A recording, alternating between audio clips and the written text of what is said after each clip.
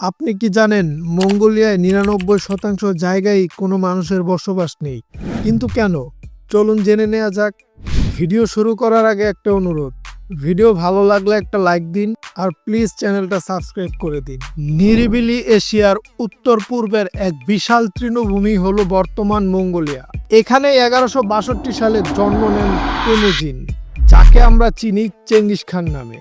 বর্তমান Mongolia Genghis খানের জন্মভূমি। মঙ্গোলিয়া হচ্ছে পৃথিবীর বৃহত্তম ১৮তম দেশ, কিন্তু এখানে প্রতি বর্গ কিলোমিটারে গড়ে জনসংখ্যা মাত্র ২ জন। আর এটার একমাত্র কারণ হচ্ছে মঙ্গোলিয়ার প্রাকৃতিক অবস্থান ও আবহাওয়া। মঙ্গোলিয়ার দক্ষিণ পশ্চিম অঞ্চল জুড়ে রয়েছে বিশাল পর্বতমালা, যার কারণে এখানে প্রতি বছর অতি খরা দেখা দেয়। আর দেশটির দক্ষিণ পূর্বে রয়েছে গভীর সমুদ্র, আর এর ৩০%-এরও বেশি এলাকা জুড়ে রয়েছে উঁচু পাহাড়, যেখানে বসতি গড়া প্রায় অসম্ভব। এ কারণে মঙ্গোলিয়ার বিশাল অংশ ফাঁকা রয়েছে।